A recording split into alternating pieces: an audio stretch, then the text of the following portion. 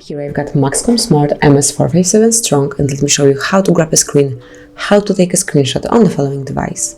So at the very beginning, open the list of all applications to find some interesting display to capture. I will, for example, pick the wallpapers. So if you would like to share your wallpapers with someone to show how many beautiful wallpapers MAXCOM has an offer, you can just open them, select the one that you would like to share with, and grab the screen by tapping on power key and volume down key. Hold them for about 3 seconds.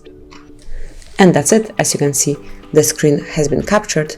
Now you can open it through the gallery. So just let me find the photos, which are here. Go to the albums. Okay, done. And in screenshots, you will find your screenshot. Here it is. Now you can share it with your friends, you can edit this picture, you can delete it, or do whatever you want to with your screenshots. So that would be all. From now on, you can capture every screen you want, and then you can share it with your friends. Thank you for watching. Please subscribe our channel and leave the thumbs up.